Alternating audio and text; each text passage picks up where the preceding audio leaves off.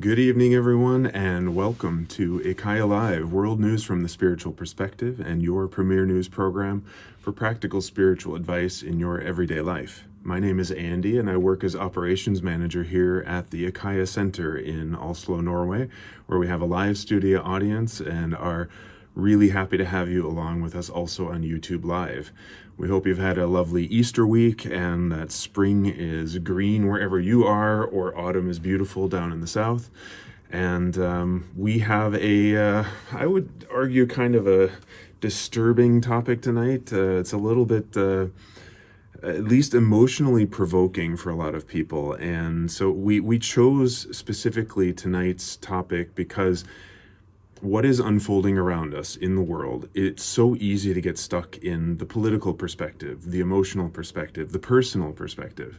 But what we do here at IKYA Live is we take the news of the day, and IKYA helps us to lift our consciousness and see it from a higher perspective, to look at the spiritual principles that are at play. What is it what is it that we're studying together? How are we doing that, and what can we learn from it, rather than getting stuck down in the mud in the feelings and the arguments around it. So tonight's topic, we chose to look at comparing. It's not a competition between Donald Trump and Adolf Hitler. Rather, what we want to do is look at a comparison between the moment back in the 1920s to the 1940s and now today, and how as humans we're repeating that history. Why are we doing it? How does this work, this cyclical nature of ours? And how can we as spiritual students and those trying to represent a higher consciousness in the world, how can we better navigate and assist both ourselves and the rest of the world to kind of get through this period? So again, we will not be diving into the politics or the personal. We're going to take the high road and look at the bigger picture here. And so I'm going to turn it over to IKYA. And IKYA, tell us a little bit more how better we can understand the context of this moment. Oh, there is so much fun stuff to dig into here. Number one, it's important to understand that the outer world will always be a kind of rendering of what is in one's consciousness and what one's karma is. So the outer world is in many ways a side effect of consciousness. So when something manifests, it's simply because it's a consequence of consciousness, and there's no way around it. And therefore, there is never anything wrong with anything that happens. Because when it happens, it's the accurate expression of the level of karma, evolution, and consciousness in that space.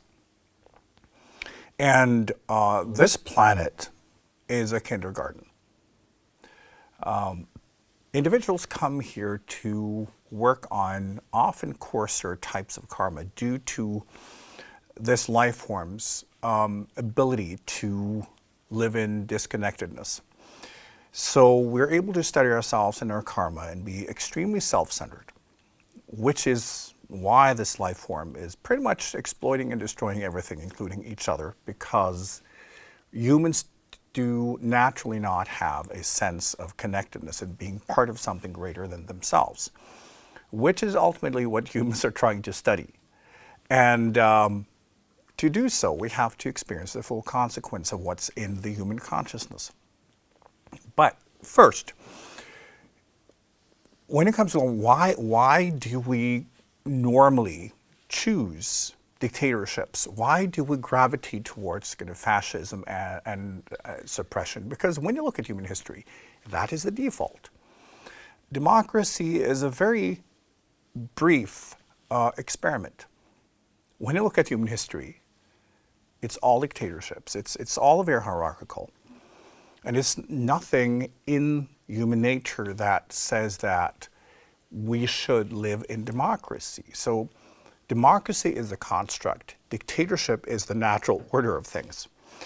And what we need to understand also is that, being right will not make you win. We have a tendency to think, if we see ourselves as good-hearted people, that when we are right and when we're good, we should win. And that never happens. When you look at human history, it never happens. Good people always lose. The good always lose. The bad always wins. Because, oh, that's unfair. Survival is not fair. It's basically what can, in the most brutal and dominant way, survive. Because biological survival is a competition. And you compete in whatever way you can. So you dominate, you kill, you lie, you cheat, you do whatever. Because survival is truth biologically. It's not who was right. So in our part of the world, we've gotten used to that things should be fair and just, and that, you know, when we are right, we should win. There's no evidence of that ever happening. Rather the opposite. And one of the reasons for that, which is really funny, is that when you are right, you're less willing to fight than if you're wrong. Right? So when you're right, and just think about it, when you have the higher moral ground and we think you're right, you believe that you should be recognized for that. Because everyone will see that this is the right thing to do, so you should just represent it. While those who know they're up to no good, they're willing to fight because they know they're up to no good. And the way they win is to dominate. It's the only way. Because you cannot win the moral argument. You cannot win a discussion about what's right. So when you're up to no good and when you want to be corrupt and suppress and when you want power and all of that, you're more willing to fight than if you stand for good. And this is why bad always wins. And the thing is, from a biological survival point of view, that's not necessarily a bad thing. Remember, for survival, not dying is rule number one.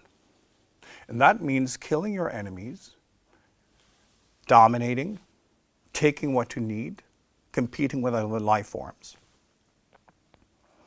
So, to achieve that, you need leadership willing to do exactly that. This is why when we see, like, when there is a competition between tolerance and intolerance, intolerance always wins. Because intolerance will attack and kill, while tolerance will understand the other side. So, because humans are still a very young life form, and consciousness, real consciousness, is just at the very beginning, we always gravitate back towards the rules of biological survival rather than awakening. So, when you are in a state of competition and fear, you want the ones who can fight for you.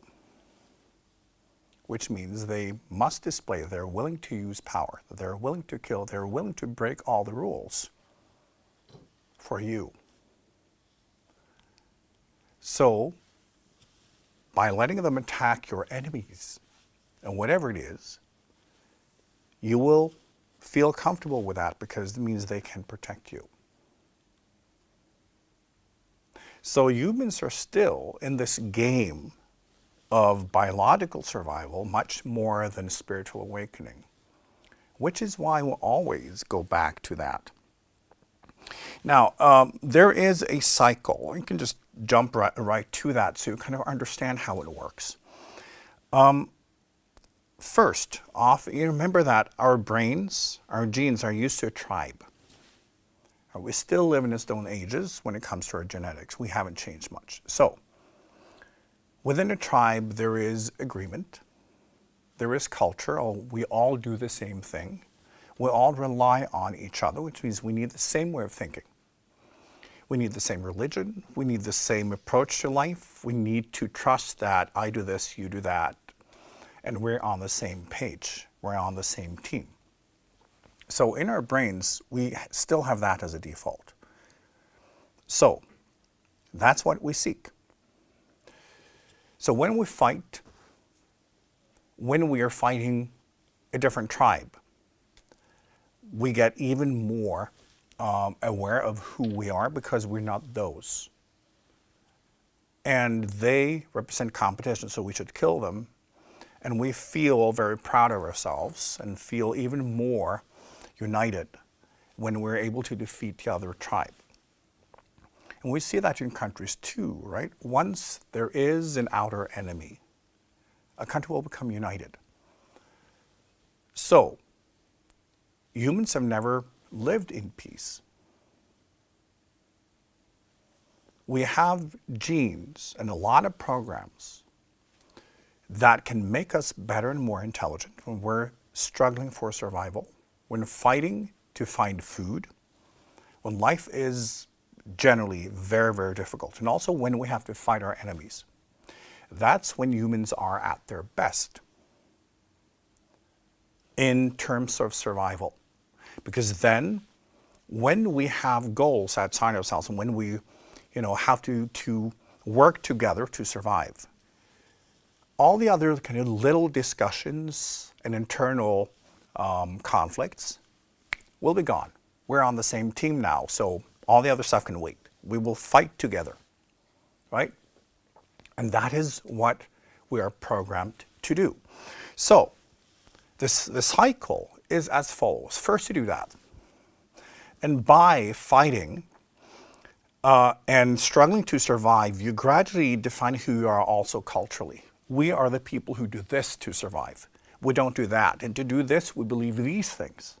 Right? So over time, you get all these behaviors and ways of thinking and patterns and social behaviors that are just there, right? And that ensures survival, that anyone's part of it. And this is why when someone displays a different behavior, they then become a threat to the survival of the group. So when you see, a stranger walking into a tribe, most likely you will kill them because they represent a threat to your way of survival. So, first, we have that group. And everyone agrees it's a more homogeneous thing. Now, when we look at, for instance, after Second World War, this is where we were in our part of the world, right? Now we will rebuild society, we all stand together, and we want the same thing. We share the same values because we proved it.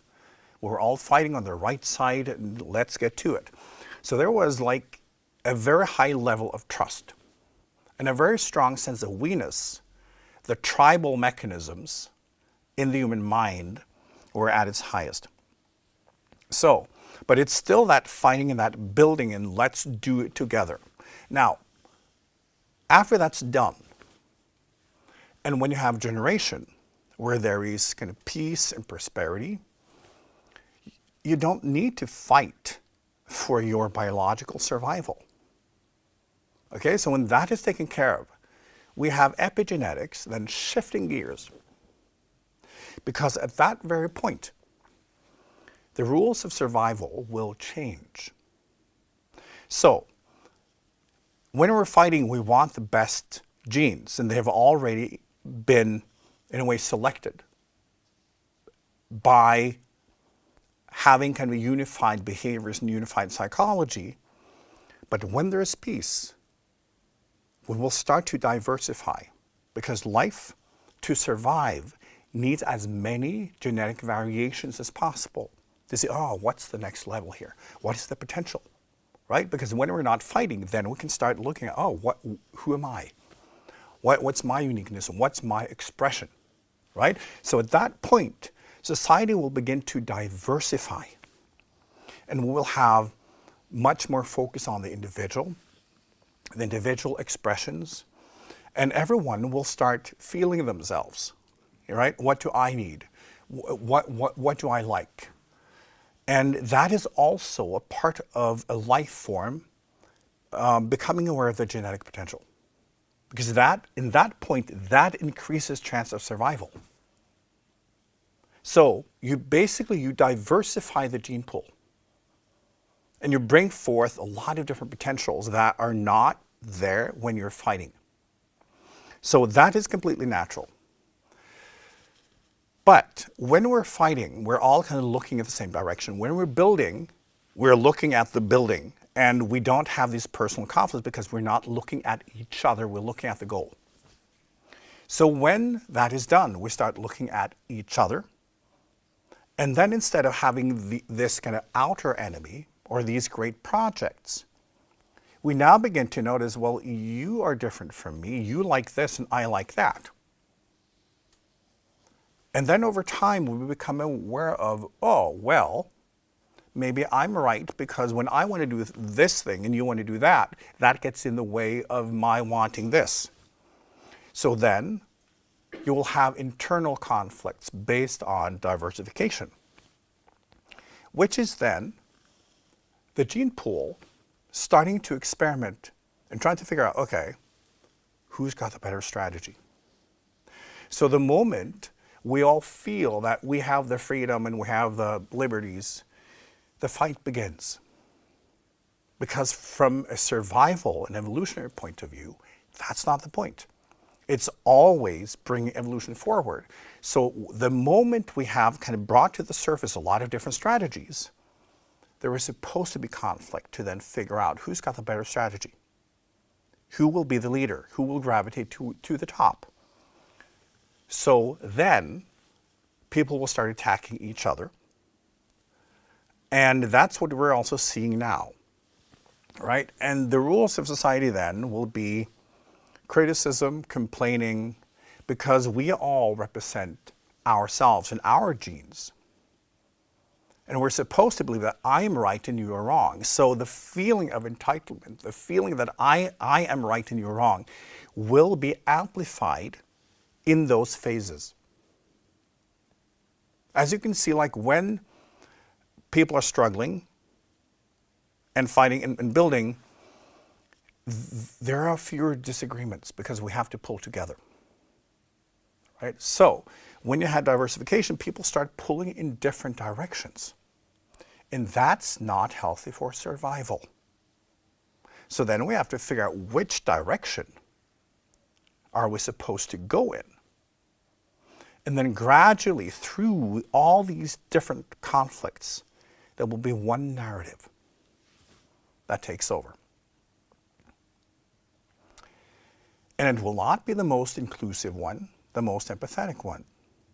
It will be the one willing to kill, the one willing to lie, the most corrupt one, the most horrific version, because that is the willingness to survive. Because to survive, you need to be willing to fight. And in this gene pool, it's also those humans who are then willing to use whatever is available to them to achieve their goals.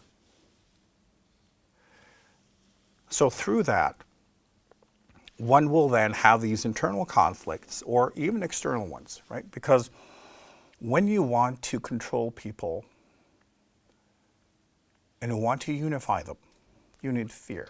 People never unify based on empathy. Humans are simply not that advanced yet. It's always fear. It's always hate. So how you do it, look at just human history and also what's happening right now. Once you start presenting the narratives that other people is the reason for your misery and your problems, they're the enemy, they're the threat, you will get anxious, you will have fear. And when you're afraid that other people will harm you and take away whatever is yours, and you see them around you, the fear gets amplified and you want someone to stop them from taking your stuff. And this is how they operate. It works every time.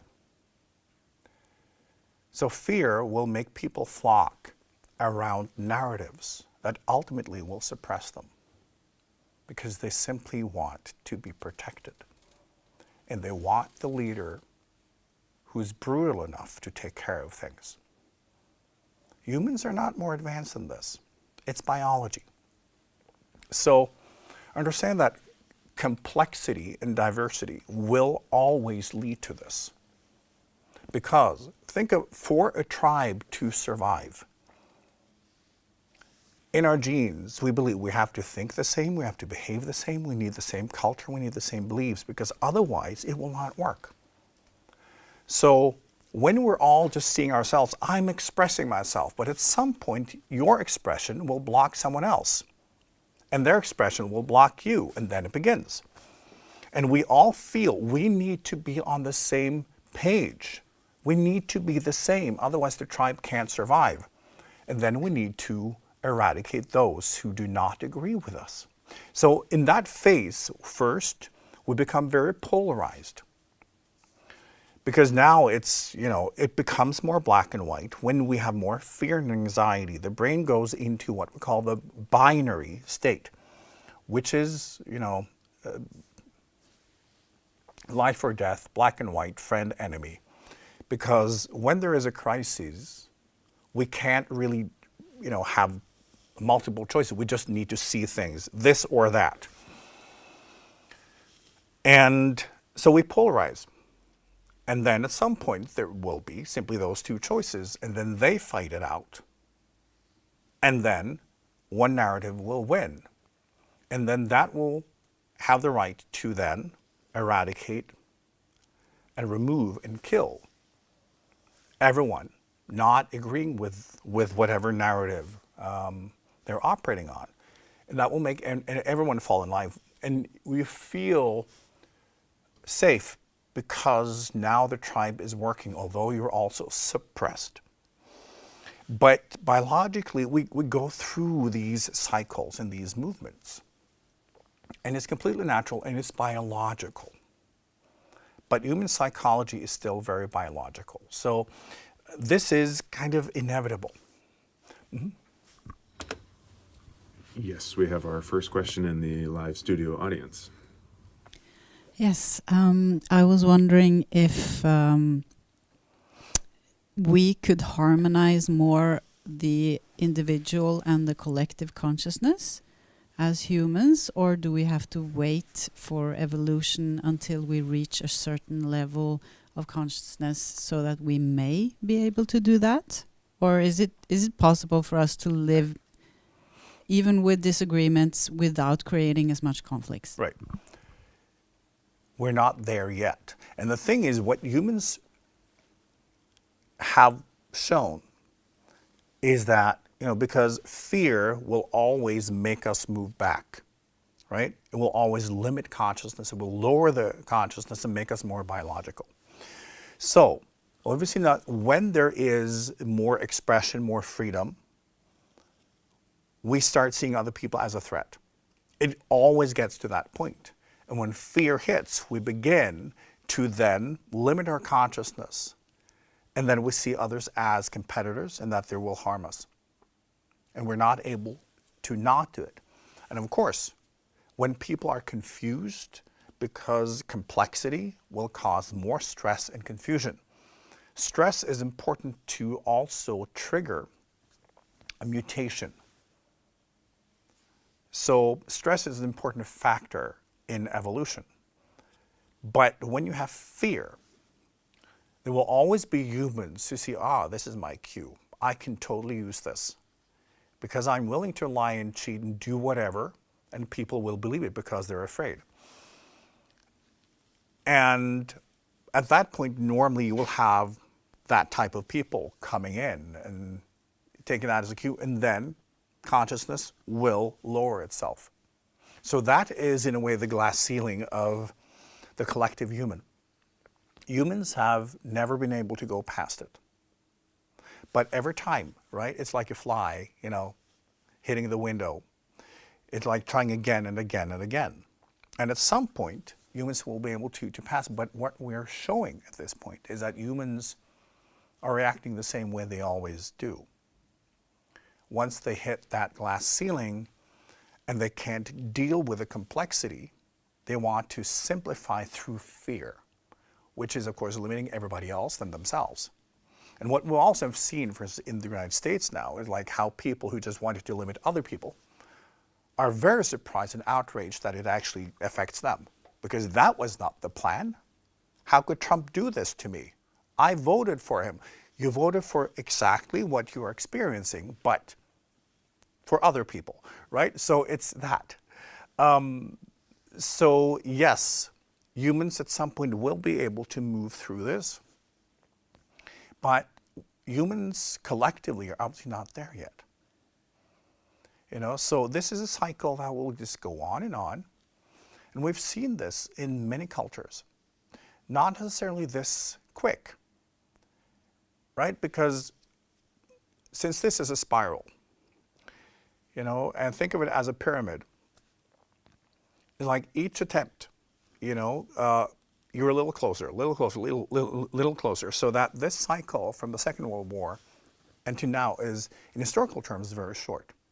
You've had whole civilizations going through this cycle once, right? So now it's happening quickly, and when the cycles move quickly, it means that, okay, you're getting very close to the actual pane of glass, which means that, yeah, it will shatter at some point. But it will take a few more rounds, you know, but it's just how it is. And it's important to understand that we're dealing with two different sets of evolution here. The biological evolution is how the life form develops. And that's basically a spiral movement. So you will go through many different types of repetition. And then you have the spiritual evolution, meaning that the journey you are on as a spiritual being, that is a separate evolution. And you choose to incarnate in life forms, in places, dimensions that represent your exact point of consciousness, karma, and your own evolution. So it's not a problem that humans repeat, that we go through these cycles, because we choose to be part of the exact kind of timeline, expression, and journey that represents the perfect fit for where we are, and then we move on to somewhere else, right? So you have incarnated in the human form right now to be part of what's happening. This is why you're here. It's not, you know, stopping you. It doesn't represent a blockage. This is the solution. This is the journey of your personal growth. And that is a different one from what's happening biologically. And when you think of this as a kindergarten, and there will always be new kids, right? There will always be new souls coming in for the experience of whatever timeline and part of history they're in. And then they will continue their journey somewhere else, and so will you. So therefore, it's all good. It's basically just like restaurants, right? When you go to a restaurant, you kind of like to know what you're getting, right? So if you're in the mood for Italian, you like, you know, the Italian food to be consistent. It may be updating its menu based on the latest trends, but it's still Italian. When you go to Chinese, it's that.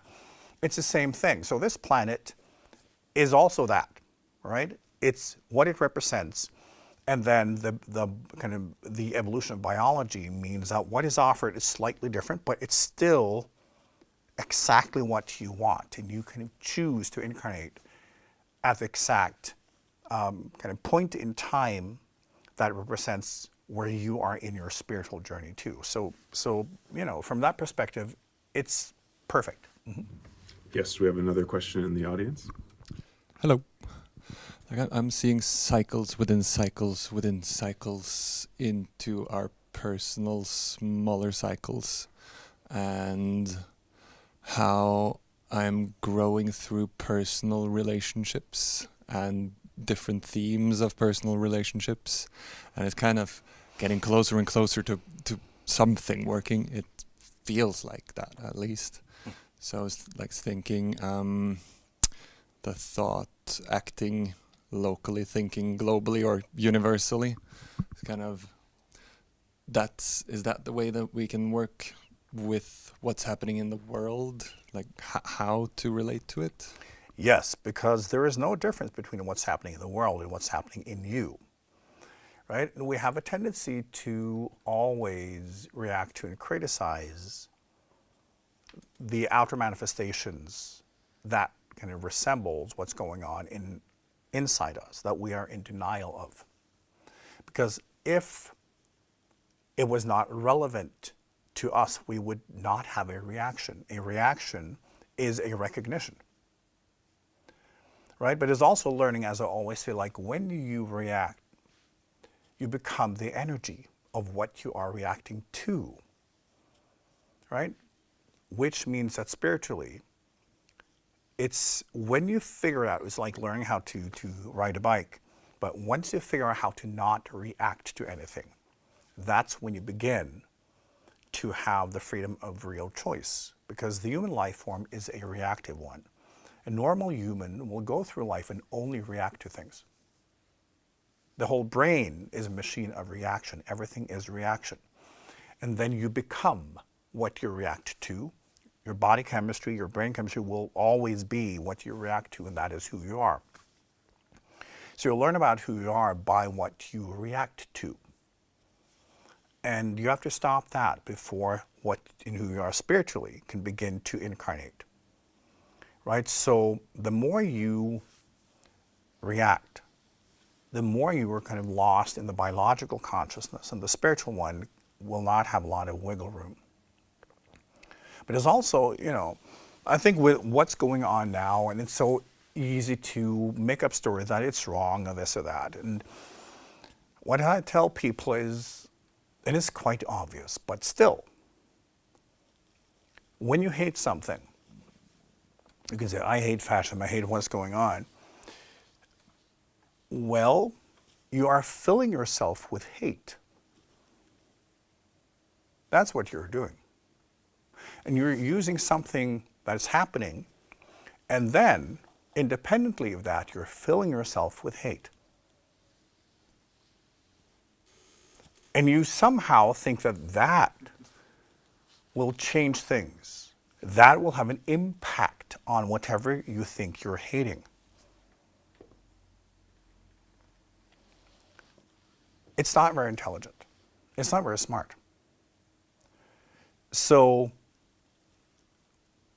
this is the extreme version of becoming what you react to, but when you try to see clearly, it's the act of filling yourself with hate that is the problem. Because then you're a being of hate. That has never, ever healed anyone. That's never healed you, nor the world. It's not uplifting, it's not loving, it's not anything. Then you're part of the problem. The only solution to anything is love. And this is why we need to learn that we cannot direct love. We should be inspired to remind ourselves to fill ourselves with love at all times, at all moments. Because when something happens, when you react, you become the same energy. When you do not react, you can say, well, I need to be the alternative to this. This is a moment where I can try to vibrate higher. So I can fill myself with love and therefore be a being of love in the world. But we, as humans, when we are in the biological consciousness, we're not loving beings. Because survival is dictated by who dominates and kills. The human life form took over this particular, variety of human, took over because it basically killed all other humanoids on this planet. I think one so far has found like between 12 and 15 different types of humans, but the Homo sapiens took over because they killed everyone. So that's survival. So it is unnatural for humans to fill themselves with love. It has to be taught. We are brutal by nature and kind when opportunity gives us the opportunity to not fight. And then love has to be taught. So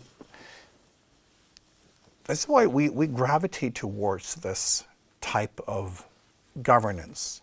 We want these kind of strongman situations because we want to be that in our own life. We want to slay. We want to be right, even when we're wrong, and especially then. And as you also know as a spiritual student, when you are connected to truth, for real, you have no desire to dominate, right? Your heart will be filled not just with love, but also humility.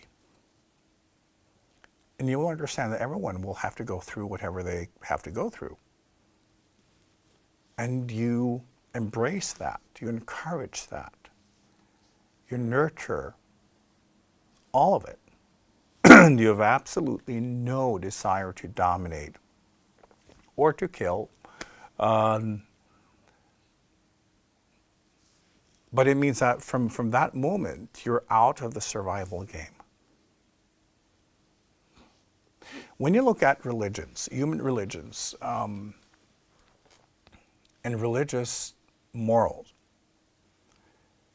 they've always emphasized that you shouldn't kill, right? And in most religious philosophy, you will find that, well, if we didn't have religion, we would all just kill each other. Because, you know, back in the day, that's what people did, unless they were stopped. And if we removed this thin, you know, surface of civilization, it will take humans about 5 minutes to go back to that. So there is the fear of punishment through the legal system or religious punishment or whatever that can make people appear as if they have good intentions. But for the most part, humans are willing to do absolutely anything if they have the opportunity. So it's just like, do not be naive when it comes to human nature and the fact that this life form is an animal. That does not mean that you as consciousness, as a spiritual being, will have to be one. And this is, you know, the interesting juxtaposition between what is natural animalistic behavior for the purpose of survival and what brings it to spiritual awakening, which is in many ways the opposite behavior. But we must be patient in understanding that most individuals incarnating on this planet, they're still in a very primitive consciousness. Do we have any more questions? Yes, we do have a question on YouTube that reminds us that this cycle that we're repeating is not just in the United States, but global, reminding us of Russia invading Ukraine, and you know there's conflicts all over the place. So the question that we got on YouTube is, why is all of Europe blocking out the context of Russia's view on the situation in Ukraine and what their invasion is really about, and rather projecting the European perspective onto Russian intentions, and then also telling the question is that Europe is then telling themselves a story that Russia wants to also invade Europe eventually. So I'm not sure if you understood the question, Sure. but yeah. Yes. Okay, good. Now, understand that for the human brain and for human culture, human survival, truth is irrelevant. It's got nothing to do with it. as we talked about it in the beginning, being right, being true, it's got nothing to do with it. So it's about the narrative that one wants to represent. And the narrative is always portraying oneself in such a way that one's winning is just. When people lie, now, when two people meet for the first time, when is it within the first 5 minutes, each of them will have lied at least 3 times. That's one lie each 45 seconds of the conversation. So, humans are liars by nature. And it's because, just like when humans lie, it's because they want to portray themselves in a certain way to manipulate how the other person will experience them.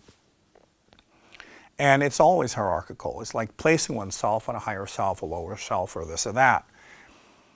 But it's also trying to convince oneself. And for instance, when it comes to a country or an area of the world, selling certain narratives is because they want to convince themselves and to build that collective narrative that this is who we are and we are fighting for the right thing.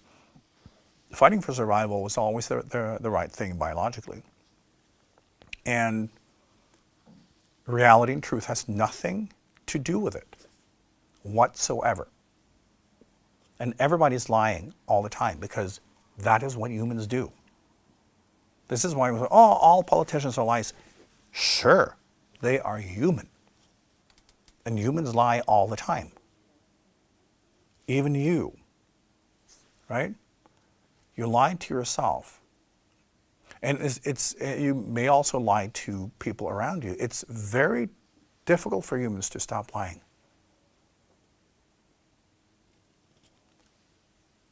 Just try it for one day. Most people are not able to do it. So we just have to also be relaxed about the fact that lying has been one of the most successful survival strategies humans have developed. This is why humans are liars, because the liar survived.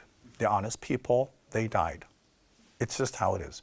So it is to be expected that when you have a certain interest, you will exaggerate and you will do this or that to make it look even more powerful and interesting or just whatever. And all countries do this. In all conflicts, there is that. So that is to be expected. So of course, in Europe, one will focus on the European narratives and Russia will focus on theirs. So again, this is what evolution is about. And the reason why the human brain is not interested in truth is because you know what has brought you to this moment. You don't know what will help you survive in the future. So it's guessing, right? It's using your experience, collective experiences, and looking at, whoa, what is the more likely thing? What can make us kind of move in that direction? Sometimes it's simply overcoming fear. This is where religion comes in, right? I'm willing to die if I'm rewarded by my God, right? So you will have warriors being able to go out there and die. If it's like, nothing happens, you're just dead.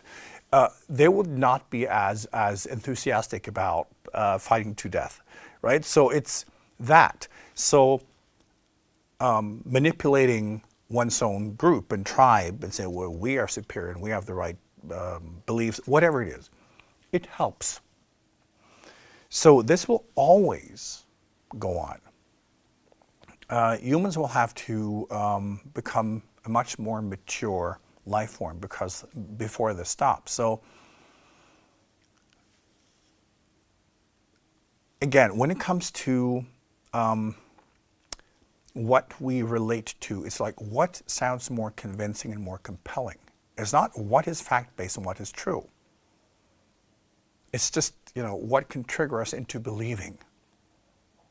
And it can be the wildest lies. It doesn't matter, because if your group survives, they will dominate.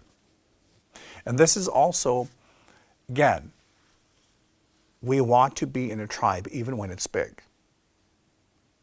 So the goal is, when we have narratives, we're also able to, well, who's part of our group? Who's part of our team?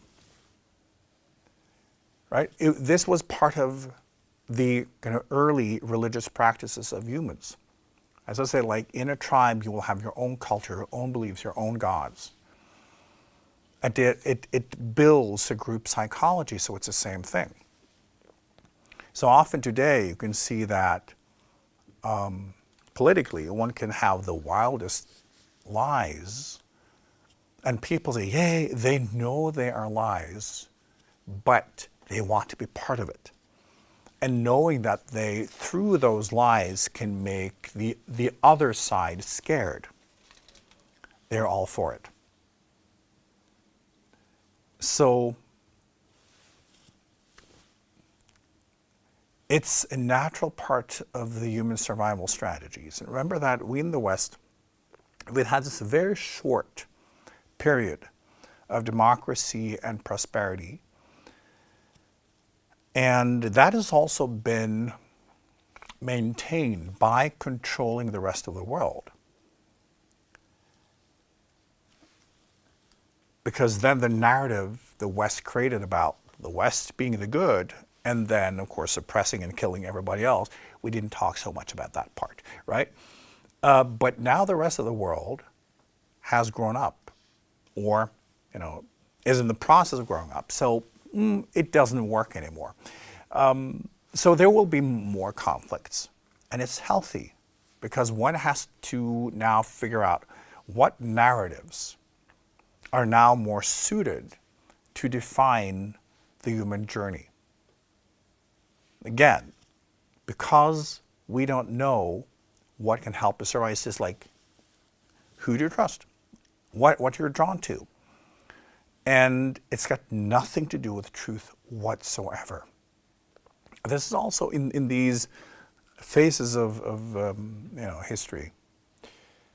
Even as a spiritual student, it may be so compelling to let yourself be pulled into something, through your emotions and your fears. Because biologically, we're supposed to. Learning to also be in a higher consciousness, that can be quite tricky, but it's also an opportunity to practice exactly that. And we'll get back to how you can do that in a moment. Yes, so we have another question on YouTube that goes to the perspective that we talk about tonight, trying to look at the bigger picture, and this listener would love to ask if there's something positive about the Trump administration. There seems to be some very intelligent people like Elon Musk, and very kind-hearted people like Robert F. Kennedy Jr., and they all support Trump, and it seems like the government was quite bloated, and that Trump, quite inelegantly, admittedly, actually is healing it. And furthermore, he's taking a lot of very direct actions on what he promised to do. Or is none of this true? What would you say about that? Well, I think, in a sense, humans don't relate to truth, but simply what they feel and what stories they want to subscribe to. In these kind of phases of the cycle, it's not fact-based, it's simply what you feel, because when there are too many options and people start just making up their own truth, this is where we are. We're in a kind of post-fact phase. People just act whatever way they think and feel.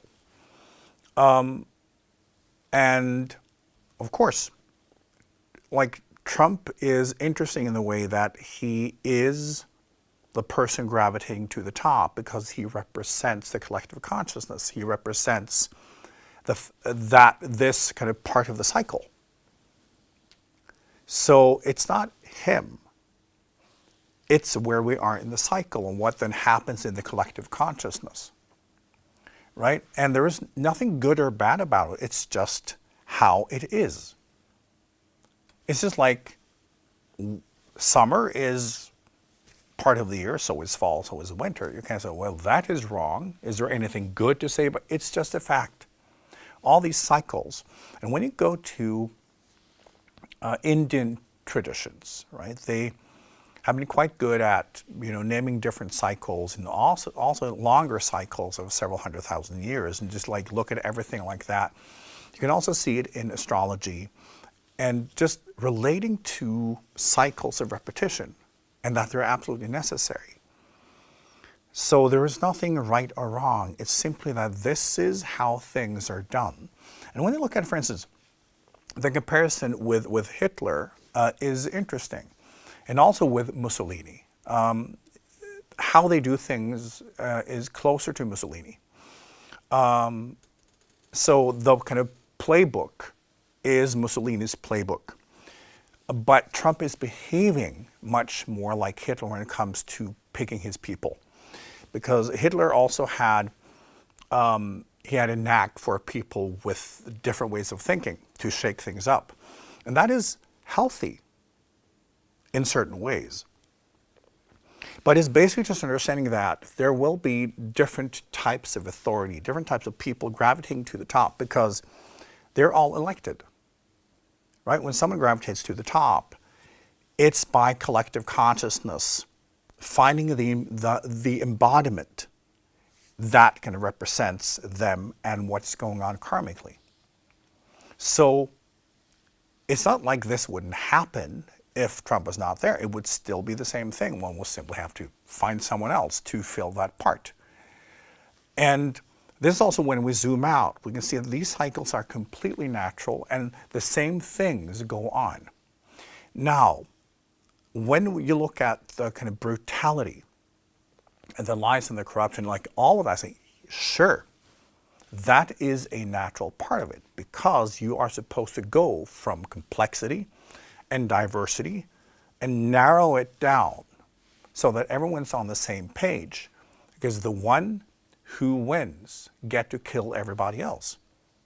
When there is a new leader in a group of chimpanzees or gorillas, normally that leader will kill all the babies because now it's his genes that is supposed to dominate, because that will ensure the survival. Because obviously when he's the leader, it's because he has the better skills. He represents the better strategies of survival. It is how it is. So when we zoom out and look at human evolution and survival over thousands and thousands of years, you can't look at what's happening within a few months. But saying like, as a life form, if you came from a different planet and just looked at what's going on, you say, sure, this is completely natural. That they could have, they could kill off as many as they want to, because it's about now disciplining the gene pool and getting rid of those who do not subscribe to the same way of thinking, because now one needs to become one tribe again. Okay, that is awful. It's where we are in the cycle. It's still a very primitive consciousness, yes, but humans are still animals. And as a person, if you are in the process of awakening, it is easy to forget.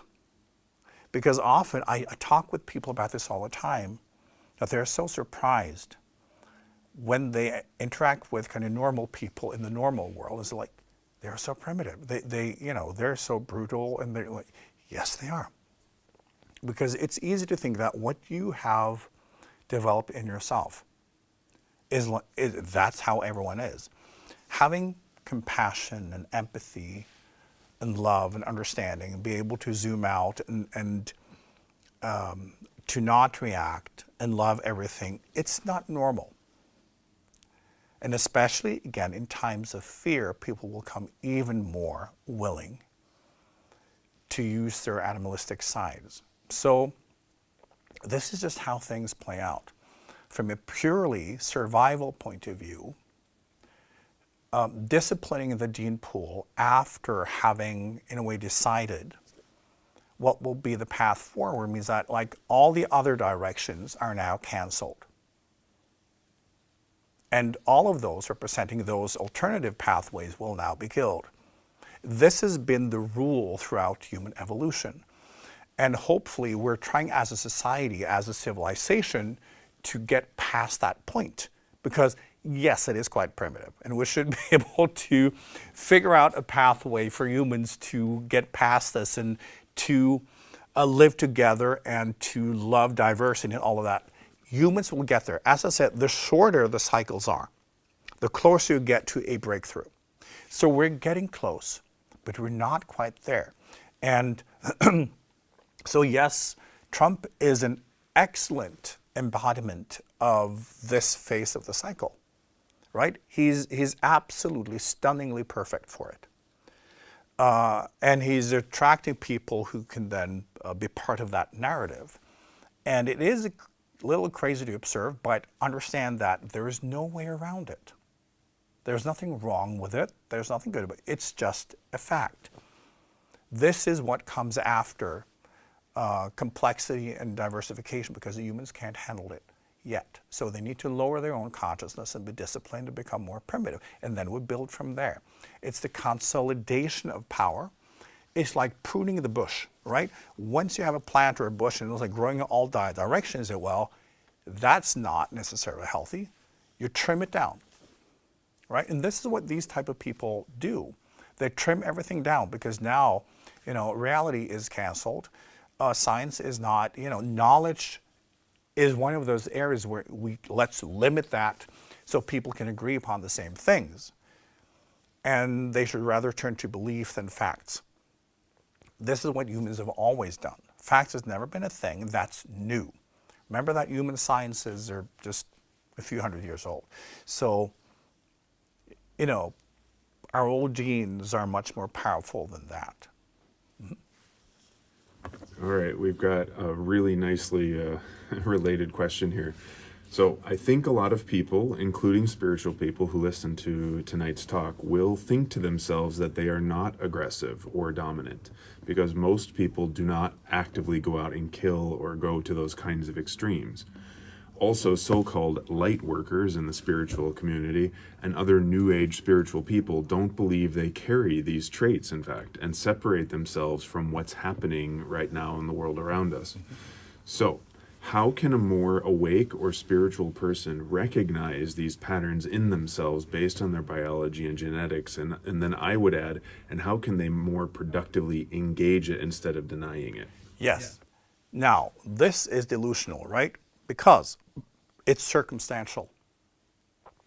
We have so many genetic switches. So when we live in a circumstance that will not require of us to fight, to compete, to kill, there's no reason to do it, right? All these behaviors are based on what we see as necessary for our own survival. And survival can even be where we think we belong socially, where we think we belong on the what tier, like in the hierarchy. So, but I've often used this as an example. Let's say that, you had a daughter and she's 3 years old and she was raped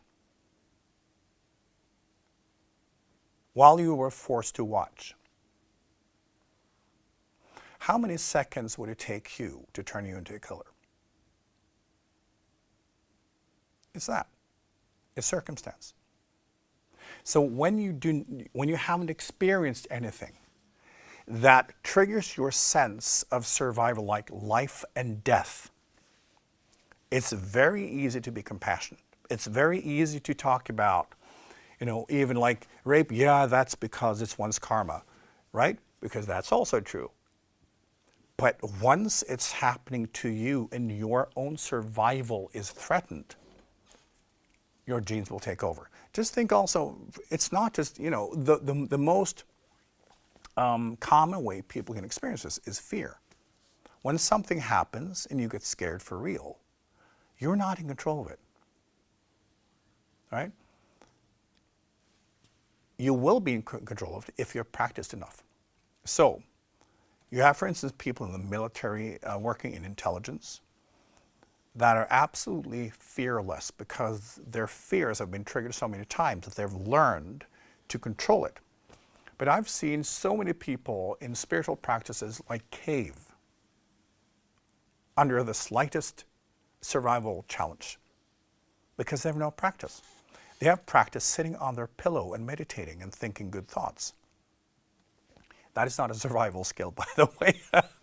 So it's basically our ability to sit in that spiritual realm is because other people died. Other people fought. Right? And think of also the peace we've had in the West.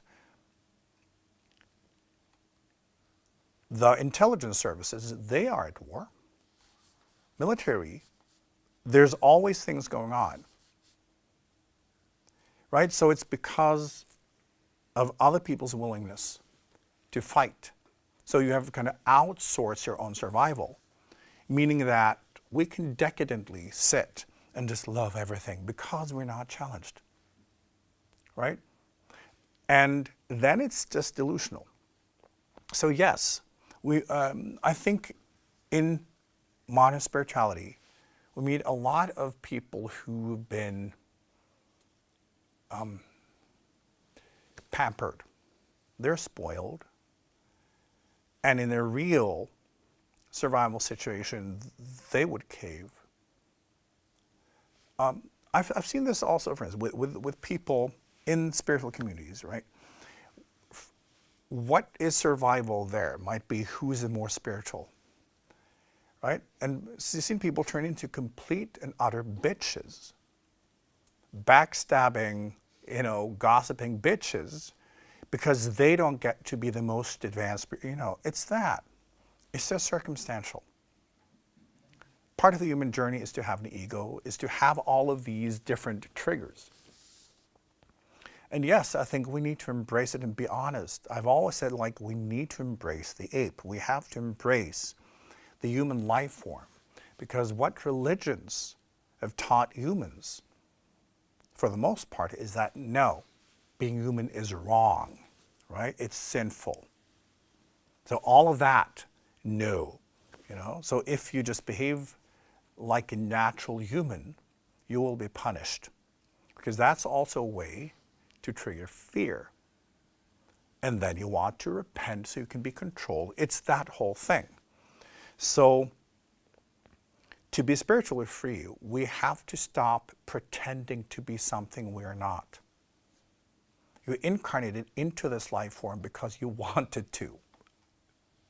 And being in this life form, being part of the human experience, of the human journey, including what's going on the planet right now, it's why you are here. So instead of being in denial and pretending, I'm not part of it, you incarnated here to be part of it. It's just like, in what way? Your journey in what this planet is going through may be different. Maybe you should bring healing. Maybe you want to bring light and love and all of that. But if you think that you're better than, simply because you're not in the circumstance that will trigger you, the love is not real, the light is not real, and the healing is certainly not real. Right? We have to fully feel and embrace all aspects of being human and not fear it. And I so often when we talk about spiritual things, and especially also in religion, is like anything human is kind of like low class. Anytime you can display that I'm above human behavior, that's spiritual somehow. To me, that's insanity. A spiritual consciousness is the ability to embrace everything and be in everything, include everything, breathe everything without resistance. And when we feel we have to deny parts of ourselves so we can be spiritual, spirituality is false. Right? Because then you are in resistance even to yourself. So it's also when we look at what's going on, to not have any resistance to it, but to love it. Right? Because whatever is happening It's because it's needed. And those who are part of it, they incarnated to experience that because it's also a display of themselves. So they can learn and they can heal. And not only do we need to allow it, we need to encourage it. We need to nurture it. So we need to love all these processes and not judge or criticize, right? Because then you lower your own consciousness. And when you lower your own consciousness, it means, okay, you're actually more part of it than you thought. And that's okay too, right? So if you fill yourself with hate and fear, well, that's your exact point of evolution then, isn't it? So we need to embrace it because there's nothing wrong with it. We have to learn that healing starts with where we are at. We cannot begin the healing until we fully recognize our injury, right? Until we fully recognize our hurt. That's when we can begin to heal. I think this is also what we can use, the collective journey on this planet. Look at all the weird behaviors and all the kind of negative behaviors of humans. I said, well, this is also part of me, obviously, otherwise I wouldn't be here. I need this. And maybe I don't have it in the same degree, but it will mirror things in me. So let's see what I can heal, right? Because it's easier to find things in yourself to heal when there is such a smorgasbord of display of everything, right? And you can just like listen and try to, where am I being activated? What are my reactions? What am I being triggered? Because it means it's in you.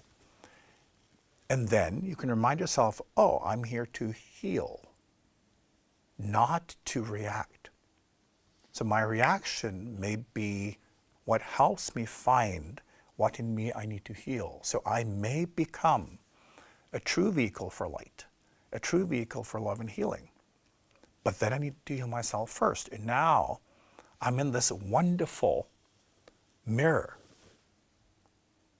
where so many traits, so many aspects of my own journey may be mirrored.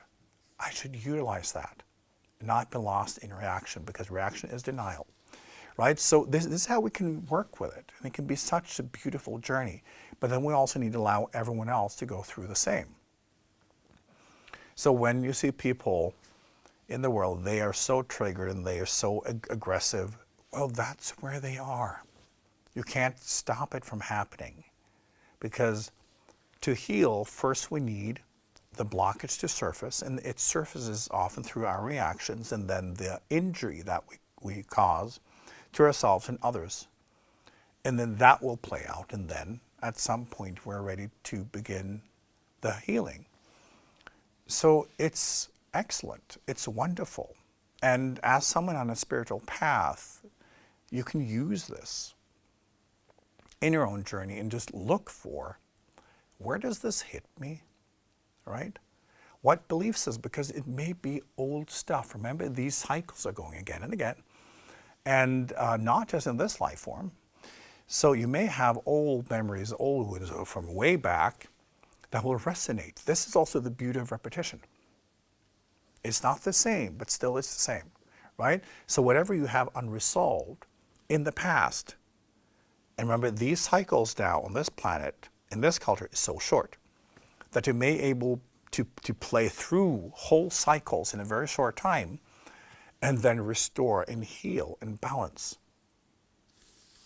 And when you start looking at that, it's like, ooh, this is like winning the lottery. By going through like a whole cycle within almost a lifetime or a few generations, I'm taking part in this whole thing, and I'm being mirrored in so many ways at the same time.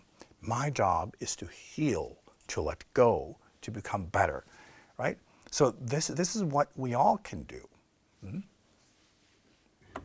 Yes, we've got a bunch of questions on YouTube. So democracy is close to undeniably declining in the United States, while it's arguably not necessarily thriving in the rest of the world. But the question comes from Germany: is democracy actually the best way for humanity to live together and organize, or is there some other better system? That's an interesting question because you use the word better. It's simply what works. I would say that democracy is maybe a little too advanced for humans because it requires that you have a population that is well educated, that has empathy, that is interested beyond kind of oneself. So democracy works better when you are building and rebuilding, because then we're all looking in the same direction. Then it's easier, right? It's very difficult when you get to the diversity part. And this is also what happened in kind of Germany. When Hitler came to power, there was a lot of that, and it was too much for the collective consciousness to take. So they disciplined the gene pool in the most brutal way. So it's not necessarily better, but it requires humans to want to nurture each other, to want to see each other grow. So the competition element is always the tricky one. Again, after the Second World War, where democracy was, very popular, because everyone was standing together and building and seeing the same vision, right? Then there is no real competition. I do what I can, you do what you can, and we're all in this together. So when you get to the next phase, where diversity happens and we become more self-centered, we start seeing our fellow humans and citizens in a different way, and that's always very tricky. So democracy is a co-creative process. It's more of a process than a system because it requires everybody. But when we become self-centered and we become consumers and we just want to satisfy ourselves, democracy cannot function. And this is where we're at. We have dysfunctional democracies also, like in Europe. And when people don't want to engage because too much complexity, they just want to cut through, which means that people are then moving towards authoritarianism because that is simpler. I've said this before, but most likely humans will choose systems that are not very democratic. And also when AI begins to take over, it will be more like the Chinese system. So democracy as we know it, in many ways, is over already. It will just take time because people don't want to be knowledgeable anymore. They want to be entertained. They don't want to contribute. They want to take, right? So it will take a long time before humans change. And believing that because you are in the process of awakening, let's change the world, it's not going to happen that way. It will take more time. The phase we're moving into, we often refer to that as the endarkenment. And it will last until, the middle of next century. So it will take a while. And humans will have to then reinvent themselves and find better ways. But they will. But the current state of democracy is very dysfunctional and very corrupt. And it's been taken over by corporations, and it's not people governing anymore because people are not interested. So we lost democracy, I would say, in the 80s. That's when it really started to change. So now we have a system that is mostly corrupt, but being portrayed as a democracy. And it's more about kind of regulating and suppressing and controlling than it is about building prosperity, right? So it's just how the human journey is, and there will be much better ways of governing coming.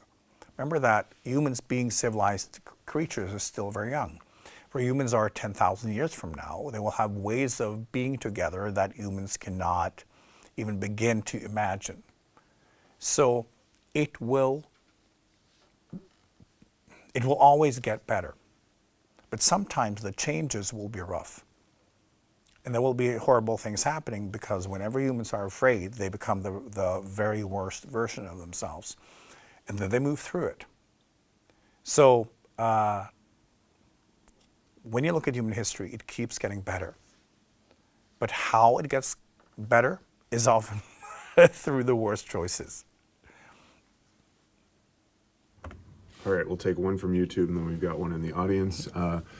Would it be possible for us to study the origins of these human cycles by looking to the cultures on other planets that have influenced us, or looking at former, we have a certain recorded human history, but there's been human cultures and things earlier than that. Is it possible for us to study the current cycles by looking to those in any way? I think that's an excellent question. I think what humans are slowly discovering is that the narrative of human history is not correct, right? So the long lines of human evolution, of course, the narrative has been created based on the knowledge and the data and all of that, and then one invests a lot in it. But as science moves on, as people discover more and more, I'm not talking about conspiracy nuts, I'm talking about archaeologists and his historians, all of that. It's becoming increasingly clear that human history is different from what we've been told. So the challenge is that human history and what's been presented as human history, number one, is always told by the victors, right? The ones who control the narratives, leaving out whatever doesn't fit, right? So there's that. And there's so much about human history that humans are not aware of. So it is difficult, in a way, to study the cycles. But you can, for instance, study Rome, right? Because that is the rise and fall of a whole civilization that's pretty well documented. So that's one interesting civilization. When it comes to other civilizations, previous ones, there's very little official information. So then often people, they channel and they meditate and they make up things. Like, that's not real study, unfortunately. So, and also when it comes to influences from other planets, right? Because it's not part of the official history. It's then for you to either trust people who say they know something, or whatever you come up with, and you don't know if that's actually your own imagination or you're channeling of this or that. It can be all at the same time. So it is difficult, right? Back to the kind of Indian traditions, they have tried at least to look at the different cycles and yugas. That those were taught to them by cultures from other planets. So there is something there. But in general, I would say, like, as also you mentioned, like, cycles are everywhere, big and small. And it starts with this planet spins. And it's spinning in a solar system that is spinning in a galaxy that's spinning in an even bigger universe. And we have all these seasons and all these repetitions, and everything repeats. So it's looking at that, look at nature, look at your own life, and look at everything that comes back. Everything moves in cycles. So it's learning to look at life from that perspective. Everything repeats itself because it's a machinery. And yet every time is slightly different. Just like you have the seasons every year, but every year it's a little different, right? But still you know that the seasons are there. In your own life, it's the same thing. Your karma works in seasons, different cycles, different things that come up at different times, and because you're connected to thousands of different cycles and they operate on different speeds in different ways, everything seems to be an original moment, but they're all connected to cycles. And humans have always kind of known this and tried to figure out, oh, what is this, right? And this is also why when you look at astrology and look at, many different belief systems, they're trying to figure out, there is a machine here. There is something because we can see it. How does it work? So I think looking at cycles in different ways at the same time, right? To look at what you can see in nature, look at your own life, look at the different kind of systems that have tried to describe different cycles and how they work, and try to look at it all. That is, in many ways, the best way, I think, to study cycles, because if we go too much into the realm of whatever you are able to channel, that will not necessarily be the most accurate way and the accurate observations, right? But we can do that too. But I think we also need to try to be as fact-based as possible, because that means that when we also channel, we have at least, some level of mapped information that we can connect it to, and thereby also discipline ourselves when we're just out there and channeling bullshit. Yes, we've got another question in the audience. I'll try and unwrap this. Last few days, a phrase has been spinning in my mind, but also it's like this incarnated feeling of be the danger, be the change, life cannot be chained. And it's combined with this playful nature of sexual flow, and it's Camino del Jugar. As like being the danger that we see outside. I've looked at all the fear in the world and been like shivering and not taking it in, and like being the danger, but at the same time letting that flow, and just seeing what goes, what flows, what happens when we play it out, not being too serious, having a healthy sense of doubt when we go forward. Like, I don't know, but I have to, I think at least, like, trust something or do something. Yes. And that movement comes from Yes. But that is the spiritual consciousness. Now, because the human life form in itself is a reactive life form and just goes around and react to things, when you place 5 people in a room and they react to each other, and that's all that's happening, there will still be change. There will still be evolution, right?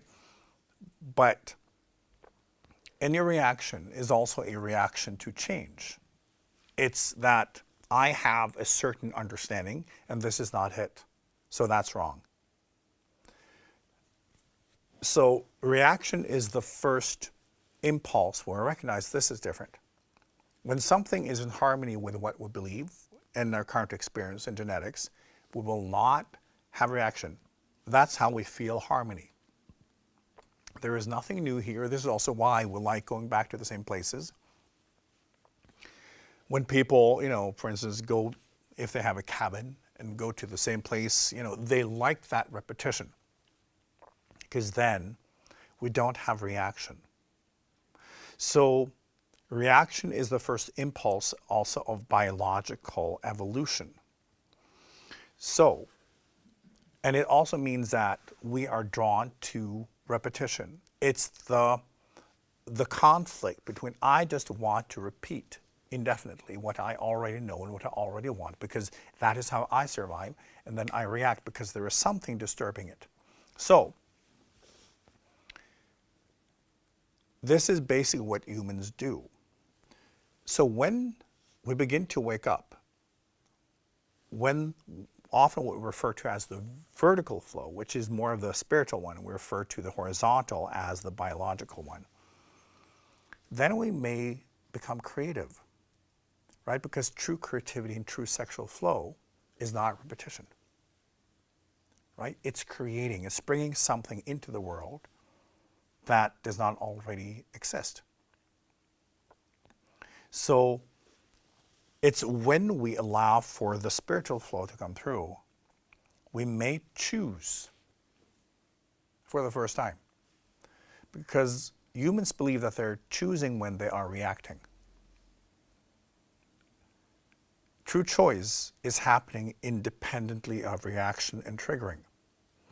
And the way to get there, and this is always, rule of thumb number one, when you want to expand your consciousness,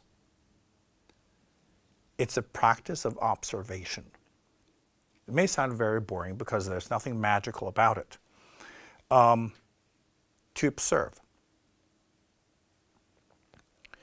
When you decide to just quietly observe and to not have opinions, to not make up stories, but just be present and observe, that as a spiritual practice is connected to the spiritual consciousness. So, when you begin to simply sit and observe, you can observe yourself, you can observe your body, you can observe your life, you observe, other people, and you simply observe for no reason at all. There will be a sense of calm. Because the longer you observe, the more you will connect with its life observing itself. It's the connectedness beyond what you are as a person observing everything. And that is a different state. So the observation, the practice of true observation, observation not trying to figure something out, is simply being a witness. That connects you to the spiritual consciousness. Because then you just see, and then nothing. When you do that to you, when you simply observe you, observe your emotions, observe your pain, observe your life, observe your choices, just to observe, there will be a calm of connectedness. And that's where you start. And this is also important when it comes to what's going on in the world. Simply observe. The more you observe, the more you will see that this is perfect the way it is. There's nothing right, there's nothing wrong. It simply is. Because then you move out of your personal perspective, which is a point made up of your own karma, your own resistance, your own stories, your own all of that.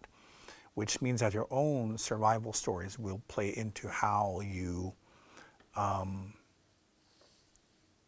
of not just observe, but how you see things and what you get out of it. The true observation is like, it's non-personal. From that perspective, you may start feeling more of that spiritual flow coming into your life. And then you may create independently of reactions of survival of what's going on. Because the world is not a place that is only meant for reaction and triggering. That's the biological and lower level. Spiritually, it's actually the opposite. When you say that everyone's just walking around reacting, yeah, humans and all life forms, well, we can shake things up, we can do things differently. This is also a warehouse of opportunity and stuff, and we can create things and we can play with it. And it's basically physics, natural laws, and we can play with it. And then experiment, if I bring in this vibration, if I bring in this and change my consciousness, what happens then? So you make the universe react to you. That's much more fun. Because the natural laws are mechanisms that will react and have to turn that into rendering somehow, whatever you send out. But if you're busy reacting, you will not send out anything original because you live as a consequence of what's here. Therefore, this is why everyone keeps repeating. So when you observe and then you begin to kind of channel flow, when you begin to say, oh, I can live from the inside out. I can let the world react to what I bring in. And then try to be original. Try to bring in what you haven't expressed, what you haven't done. And this is also what you're, that playfulness can bring us past repetition. Because often what people do, even when they try to, oh, I want to express myself. Yeah, what they want is to repeat without having any consequences or disturbances. Right? Because this is me. How do you know that is you? It's basically the assumption based on how you react to things. And then you just don't want the conflicts. So when you can just like be you, meaning repeating yourself without anyone reacting to you, that feels very good. Because then the good wins. But this is something else is going beyond the personal level. So what am I spiritually? Right? If I accept that my life, my body, what I am as a person is the result of my karma, my journey so far, what if I open myself up to everything else, to what's beyond, right? And just like, it's there. So what if I just channel that and send that out and let the universe react to it? And then it's fun because once you start playing around with that, and you can start seeing that, oh, the world responds, then you are in charge. Then you can play around with your own karma and say, well, I want to study that. I want to project this now. There is something in me. What is that? Again, then you throw it out and you see that it manifests in some way. You can play with it. So then you move into the driver's seat and you can then play around with your own life journey, your own karma and your own consciousness instead of always reacting. And this is why that playfulness and that sexuality is so important. Because the sexual flow is your ability to create and co-create and manifest and, again, like channel that flow into life. And it's, when you look at human sexuality, that's often also reactive. You respond to someone or something. It's a reaction. Spiritual sexuality is the flow, the creative flow coming through. And it's different, and it feels different. So it's less a response to something or someone, but it's more this state of flow where you can feel that kind of co-creation with life around you. This is also going on. This is also how you can use your life in this planet. Life never stops. Evolution never stops. Right? And all life and all levels want to create, they want to move forward. Ultimately, it's consciousness, it's spiritual consciousness in the process of awakening. And when you bring in more of you, right, more of the spiritual approach, that will assist others in snapping out of their reaction. Because reaction means repetition. So to snap out of these cycles that are endless, also in your life, you have to start in the other end.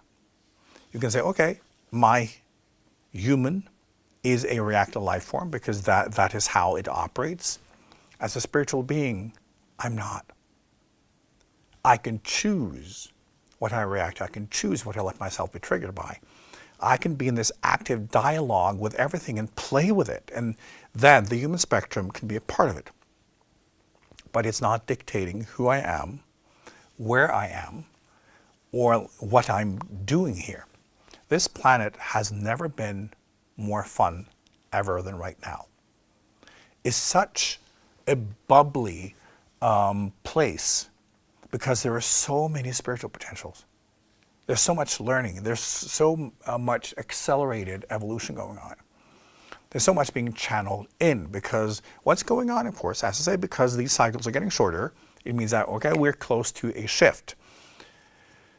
And it means that the new is also coming in. So it's also being part of that, having fun with it. And this is also when you let yourself be triggered by people working out their karma. Your dance card will be full. You will be engaged in that energy instead of looking at what's coming in. Looking at the healing, looking at the love, and also representing the alternative. But this is where we need to focus, all of us. To not look too much at what's going on the surface, but looking at the spiritual process of the human life form journeying, this planet going through so many different things at the same time, for the humans to get better, for the human culture to become more advanced, for the healing process of this planet to begin, and to open up for kind of wonderful new chapters of this planet's journey. Remember that a life form on this planet normally lasts for about like 100 million years. Humans are just getting started. Right? So all the good stuff is yet to come. And think of this as still a very young life form. It's just a tiny sprout. And it will exist for millions of years and turn into something very different from what it is now. It will become a consciousness-based life form. Now it's still biology, right? But consciousness is sprouting, and this is also what is triggering all of this, which is also why you are here. Because it's possible to be human and conscious. That's new, right? So then use it. Instead of letting yourself lower your consciousness by reacting and being in fear, say, well, this is an opportunity to snap out of it, to heal as much as possible, to become a better version and thereby also an example of where we're heading. Being human right now is so much fun. There's so many opportunities, and we need to inspire that. But when you criticize and when you judge and when you're negative, you're part of it, you're pulling yourself down. I know it can be difficult because it's so juicy, right, to sit and criticize, because then, of course, you know better, because they should all listen to you, basically. But, try to snap out of it and see, well, other people's journey belongs to them. What also happens collectively belongs to those who need that. And you can take part in it if you want, but maybe you are here for a different reason, right? And then you have to test yourself. Are you willing to throw away that opportunity to sit and bitch about other people's journey that they have the full right to be part of? Or do you want to make a difference? If you want to make a difference, number one, be different. You cannot be what you want to change. You have to be the change. You have to be the alternative, and you have to become that version.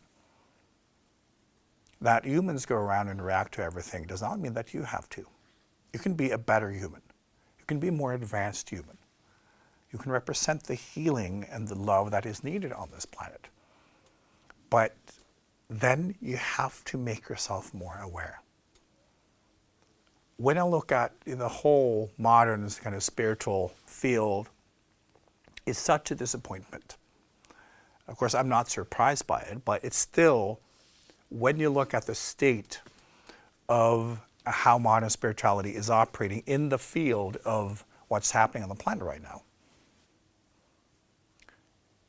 they're not helping, because the self-centeredness and the delusions and the taking part in both judging, criticizing, like all of that.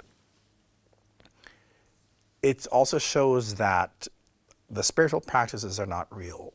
The consciousness is not real, because then we embrace everything. We don't try to change it. When you are in a state of observation, when you're in the heart, when you're in true service, you never want to change anything. Because you know that what is being expressed is what is true. And when something is in consciousness, when something is in someone's karma, it will have to be expressed. It's the only way it can heal. So you just love it and you support it and you nurture it. And this is what we need to focus on.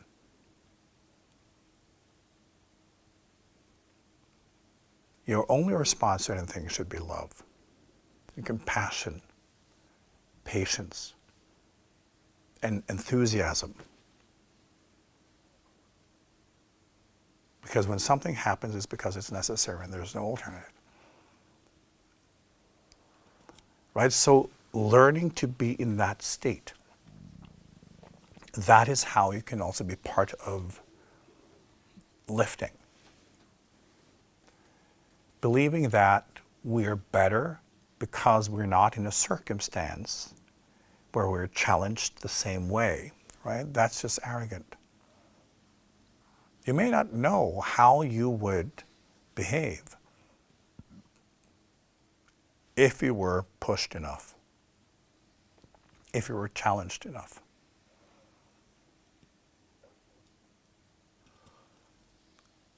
So it's always filling ourselves with love, practicing compassion, and being in this kind of state of observation, and bringing in this kind of playfulness, and understand that there's nothing in the world that is stopping you from anything.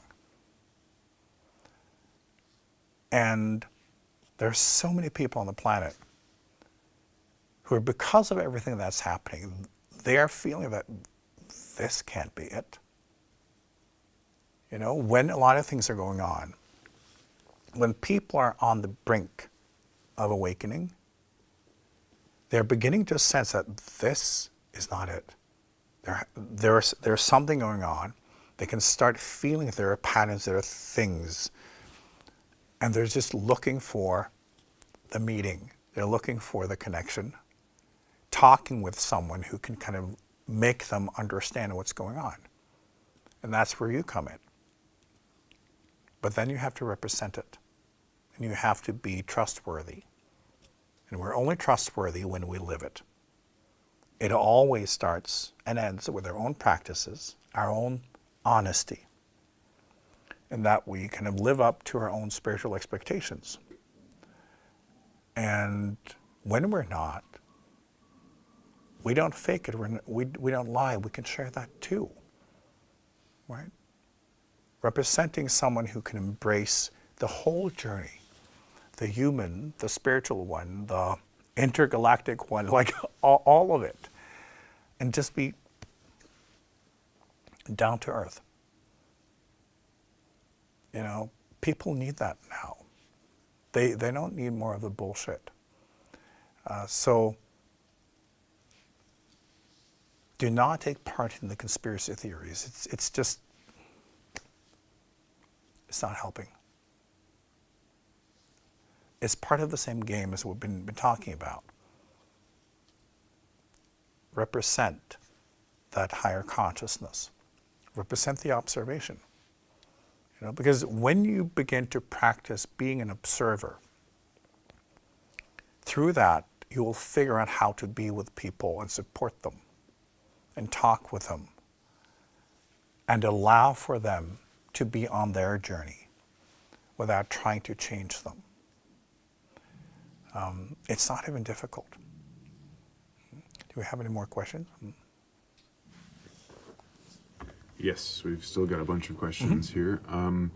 First, a comment was made that another modern-day Hitler of the moment is Netanyahu, Benjamin Netanyahu in Israel. And that raises the question, are there other important parallels or repetitions to help us identify and understand this moment better? Well, you know, I'm talking about this in a global perspective, right? Trump is just like one person, but it's the whole human civilization being drawn towards like fascism, authoritarianism, hierarchical orders, suppression, all of that. And it's because it's what humans are used to. Just like in your genes, like when there's too much uncertainty going on, and when you're afraid and stressed, your brain is hardwired to then trust your genes more. Because in your genes, you have experiences and programs and conclusions and behaviors that go back hundreds of thousands of years. It's what has worked throughout evolution. And that is supposed to override whatever you think you can come up with in the moment. Because it's more likely that the data of, 500,000 years will provide you with better strategies than what you can personally come up with in a moment of stress and fear. So it's that. This is also why when we are afraid, we become more primitive. So we do the same thing. When authoritarianism, strict hierarchies, kings, dictators, rulers, that's been the thing throughout human evolution. It's in our genes as the best way to go. So when there's too much stress, too much uncertainty, our genes are dictating, go back to that. Democracy and freedom takes active, creative presence, right? So when we're stressed and have fear, we will go back to the genetic programmings. So it's not just in us, it's also in the world. So this is also why we don't have genetics for democracy, we have genetics for dictatorships. We understand it. Our whole human evolution has been in that type of structure. So yes, humans are drawn to those figures and these systems right now. And that's fine. It's nothing wrong with it. It's what we know genetically, right? And it basically means this is how far as humans have come. When there is fear and darkness, we kind of go back to where we have solid foundation. And this is where we're at. And this is also why I said democracy is, at this point, dying in the current form. Because it doesn't work. We don't have the genes for it. So, yes, you have a person like Netanyahu. You see it also in different European countries, that people demand more authoritarian leadership. And then they complain about it once it's installed, but they also want it. So it's happening all over the world. And it's completely natural. So we just have to embrace it and see that it's where we are right now. There are too many conflicts. There's too much competition, right? So when there's no competition, also remember that when the West was at the top of the hierarchy and everyone is underneath, there's no competition. Right? So there's peace and prosperity and all of that, which means that we can then go into diversification. But now there's competition globally, which means the rules have changed. And then we are not in that phase anymore, and we don't want to be because that's a weakness. Then we have to fight together. So it's just how things work. And at some point, when the planet and the cultures have fought it out, and one has decided on what cultures will decide, right? What will be the culture, the system? Because now we will end up, next century with one global system. Then one will have a new level of diversification. until the next step is how we then deal with other planets and other cultures, because then we do it again. It will always expand. So, yep, they are everywhere. And again, just see this as bigger movements and bigger waves. And don't think of it as anything wrong. There is no alternative to this right now. Because unfortunately, well, democracy was fun, but humans completely mistreated it. You know? So we're now going back to default. It's just that. All right. Another perspective from a student on YouTube is that his understanding is that recurring thoughts and historical cycles, like the ones we're talking about tonight, originate in thought forms in the human auric field. Mm-hmm. How can we effectively clear these recurring thoughts out of the field and so we don't activate them anymore? Is it back to the love, compassion, and observation you mentioned before? Yes, because you can only do it in you, in your journey. Anything else would be a violation. But it's really understanding we do what we do until we do something else. You cannot skip steps in your own evolution, right? And this is also the thing, is that we think that peace and harmony is the point. It's not. It's learning. It's expanding. Right? And that often means conflict with ourselves and the world and all of that. So, as often what we think as individuals is that, oh, my life would be so much better if I then burn all my textbooks. I don't have to learn anything. Whew, I'm done. Harmony, love. But it's incompetent. Because spiritual expansion means that you're able to deal with more at the same time. You're able to include more at the same time. You can be with more without resistance at the same time. And this means that we have to learn, we have to adapt, we have to heal, we have to change.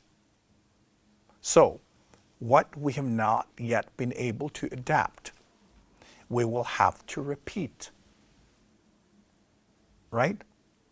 So, when there is a discrepancy, when you have something in you and say, oh, this is how it works, and then life is showing, no, it's not. You will bump into that again and again and again and again until you change. That is why repetition is necessary. So, when you kind of remove the information about that, it may actually be that you just go into a situation believing that it's the first time. Doesn't mean that you learn faster. It means that you lose the sense of linear kind of evolution in your learning. Sometimes that may be helpful if you just keep looping without learning, right? But if you are bumping into the same situation, the same karmic rendering, again and again, and you can see that, oh, right, there are changes each time, then there's no point in changing it. Then how to make it go faster is stop resisting, learn, and understand that you have to change, you have to adapt, you have to let go, you have to stop fighting, you have to stop screaming. Because often we think it's the world, it should stop because I just want to be me. And so, no, your assumption about you is wrong. And that is what life is trying to teach you by showing you what you need to change so you may become you and take your truthful place in the universe without resistance so you can, be part of it all. Because you cannot be in oneness based on how we are right now, because there's too much resistance. So life is trying to heal and show how you can kind of grow out of whatever is stopping you.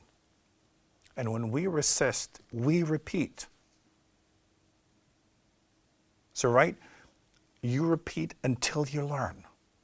So this is the only way we can speed up the process, is by learning more quickly.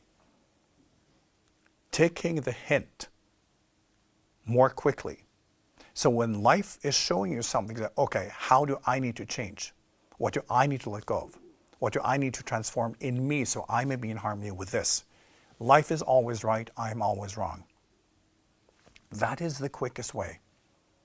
So, believing that if we throw away the textbooks and pretend we don't have homework, that is a state of bliss.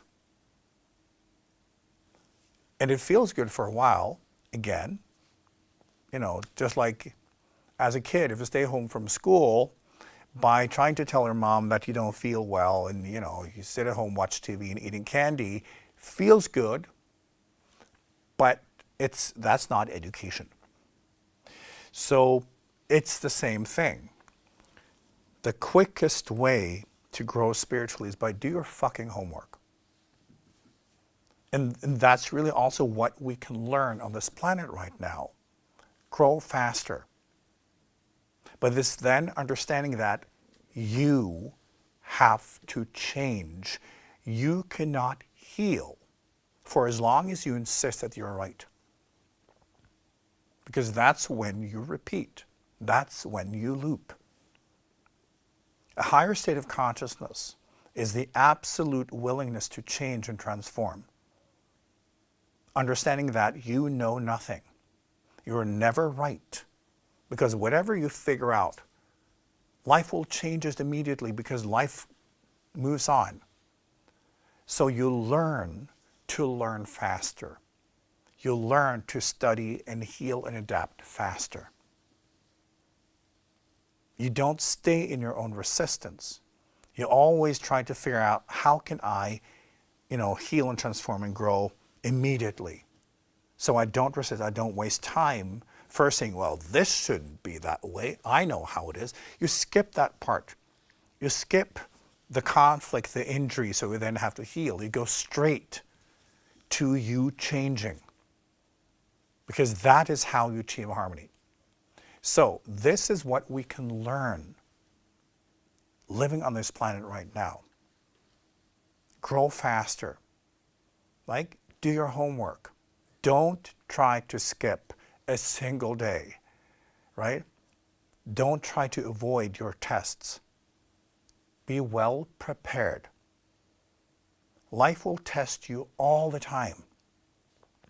And whatever you're not passing, you will have to take the test again. This is what repetition is. So when we are aware, when we're here, and when we're playful and creative, we can often pass the test the first time because we're paying attention. When we're living in our own minds, our own sense of what is right and wrong, that is not life. Then we have to repeat, then we have to loop, because we think, I know how things are. Life will show you. No, it's not.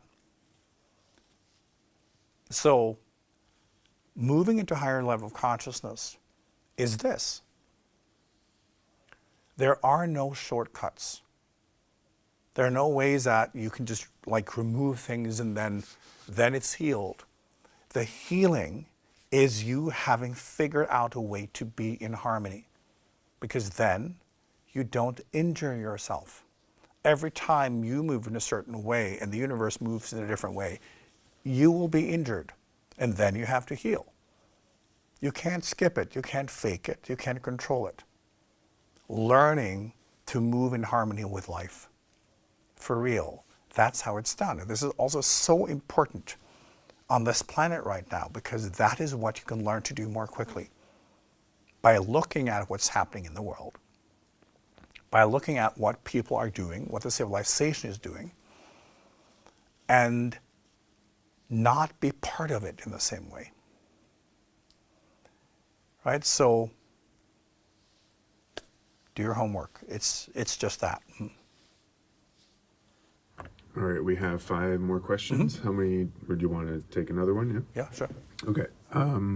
So, when a life form reaches 2 points, one, the control of our DNA, and two, creating a life form more intelligent than ourselves, like artificial intelligence, it seems to be in a critical tipping point in evolution.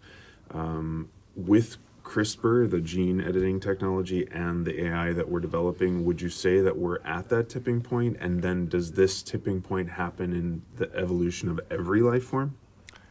It happens in every life form that at a certain point it will take control over its own destiny, its own also biological evolution.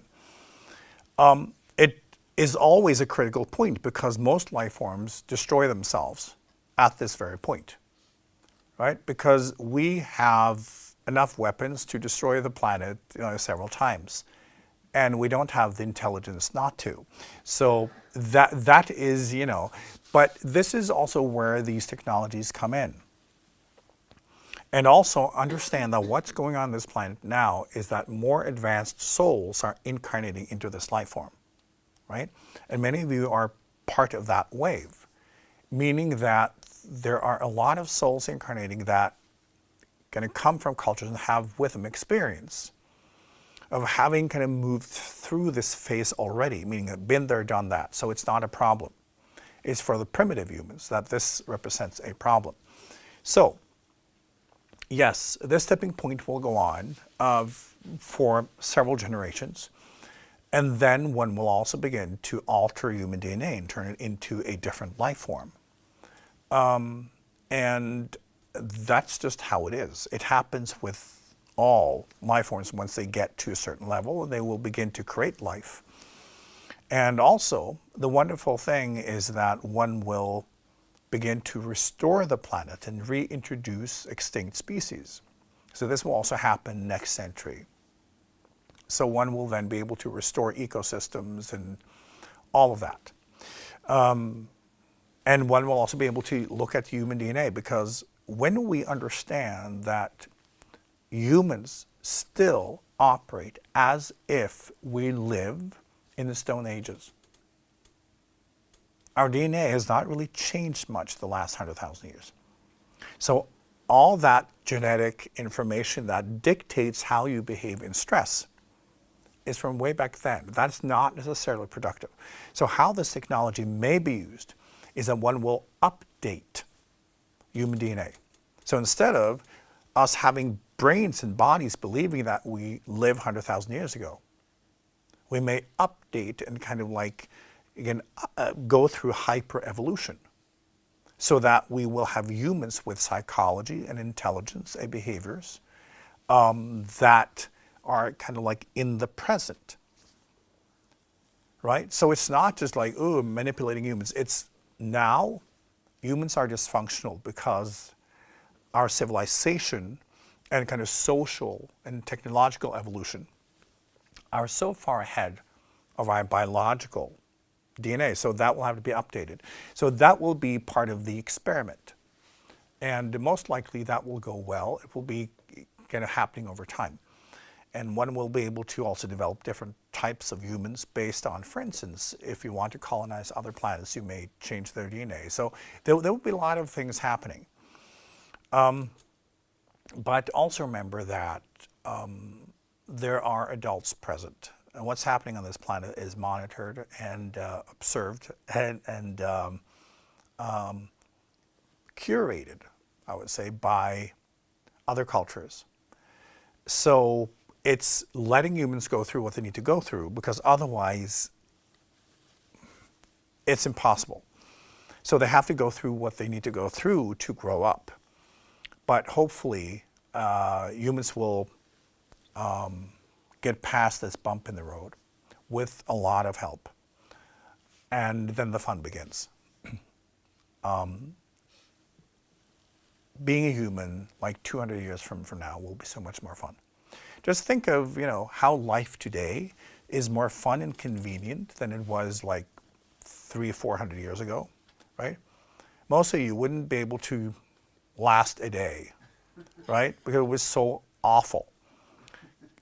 And it will be the same. Everything will be better. Everything will be more fun. The human life form will be updated, because a lot of the things that you're also struggling with in yourself it's dysfunctional at this point. Right? It may have been very productive 100,000 years ago, but not today. So this technology will be a natural part of how humans begin to control their own destiny and evolution. So once we just get past this, again, think of restoring the whole ecosystem on this planet, right? Also learning how to seed other planets and how to build ecosystems, how to change ourselves, how to become better humans. That is what the technology will be used for. We just have to go through this dark phase first. Okay, maybe one more? Yeah. So, in theory, Trump has 4 more years, who knows? But if we look at the parallel with Hitler and the 30s and 40s, what is the likely development during these next 4 years and shortly thereafter? Okay, now, this is a lot of fun because, of course, when you use a playbook that has been used several times with the same result, they will not get a new result this time. Now, the typical thing that they're trying to do, also with tariffs and all of this, it's been tried before. So everything they come up with has been tried, always lead to the same result. It will this time too. Because for instance, just with tariffs, just think the idea is that when you make foreign products very expensive, you will force your own country to produce more.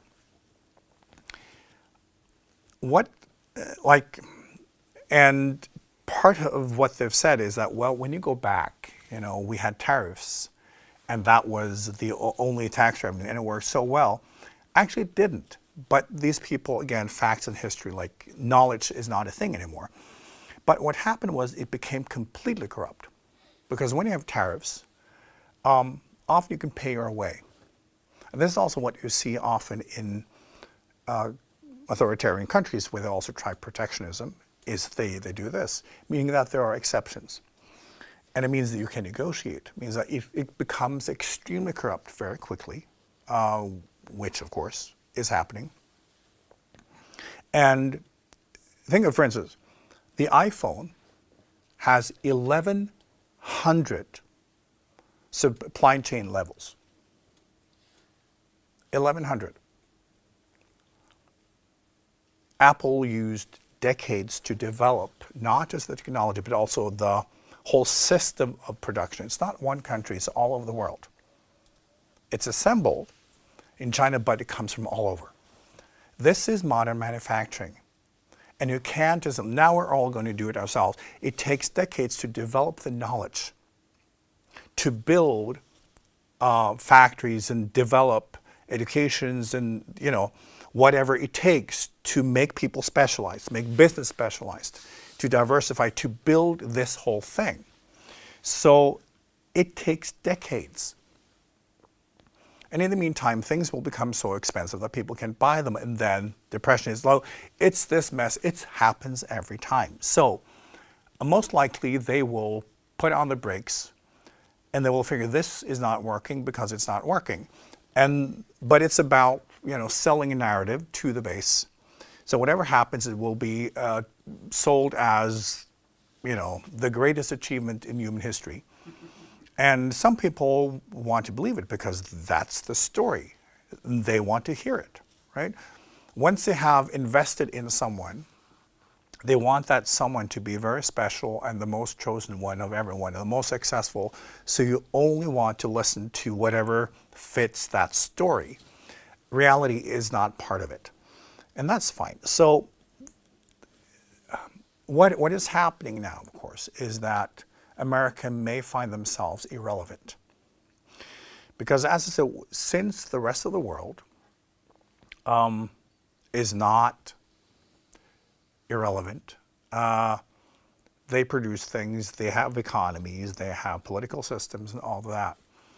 Remember that the trade with the United States only represents 15% of China's business, 15%.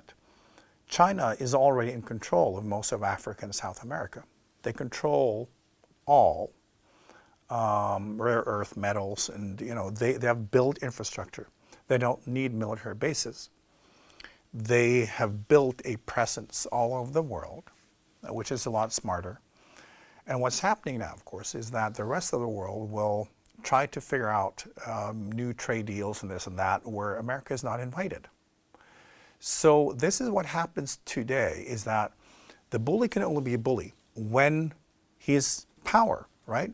And when the rest are weak. But today, the rest of the world can actually say, well, if the United States were gone, the world will just move on, right? So it's also seeing that this will be happening. So China will be strengthened, Europe will be strengthened, and there will be a lot of new trade deals and collaborations going on, and America will lose. America will weaken itself and become less relevant. And that is the most likely scenario, and it means basically that China will take over. This is the deciding moment where China will become the leading superpower. And in the West, one may still pretend for a long time that America is still that, but China has built itself in and supported and built infrastructure and civilization in so many countries that they are now controlling them. Because the trade-off is that they have to do what China says. You see that, for instance, in most African countries will, in the United Nations, vote for whatever China tells them to. This is also happening. They've done the same thing in South America. So while America is now pulling back from diplomacy and all of that, China is, and they've been doing this for decades. So they're well prepared. So what is happening now is that China will take over. They are taking over. They're working like crazy when it comes to diplomacy, because business and diplomacy, that is how they do their warfare. And Russia is good at what they're doing. So this is just the big change where America is now executing the foreign policy that Russia wants them to have. So basically what they're doing is helping China and Russia to take over. And it's just that. So, and it's the natural kind of course of history, because the kind of Western culture has had its turn, and now the rest of the world will become equally strong. And next century, the African continent will explode. And I'm looking really forward to that. I wish you could all be here to see it, because Africa and what they will do in the world, because what they represent in their cultural way of thinking and natural behavior will be much more suited for the world we're heading into. So it's just the natural movement of things. But the West, as we know it, is dead. And the West will have to reinvent itself as part of the world, not as the ones on top. And in many ways, that is beautiful and is absolutely necessary. But Trump is definitely helping, pushing everything in that direction a lot faster. Do we have a last one? Yeah, we can take a last one. One of the students is wondering if humans have reached the peak of their biological evolution in terms of brain capacity or intelligence, and then does further spiritual evolution need to be accompanied by biological evolution? Well, not necessarily, because the thing is, spiritual awakening can happen regardless. There needs to be a certain level of biological evolution for the vertical consciousness to be activated. But after that, one does not necessarily need a further biological evolution, because the more spiritual flow there will be, that will begin to dictate evolution. For instance, when you have a human in a slightly higher consciousness than average, they will see that, oh, humans are destroying everything. They're killing each other. They're killing the planet. They're just, and when you start to awaken, you understand that connectedness, empathy, compassion, love, and healing are natural behaviors. So that will then become a need for you as a person. I want to heal the world. We can't do this. That's the natural thing. But it's then not coming from genetic programs, because that will say, like, kill everyone and dominate, and steal what you can. So when the spiritual flow comes through, that changes everything. So this is the shift, right? And then that will begin to dictate biological evolution. So this happens in all life forms. When they survive the point where humans are at right now, then consciousness begins to kind of dictate and kind of draw the life form in a certain direction. And then it will begin to accelerate, to accommodate even kind of more expressions of consciousness. So this is where we're at, and this is also why it's so exciting. And seeing a lot of the conflicts on this planet right now, it's still the old paradigm. It's the old version of humans just fighting it out and being in all of these patterns and cycles. But the point of it is for that to work out the karma and resistance necessary also to pave the way for an awakening in the human life form. So, they just have to fight it out.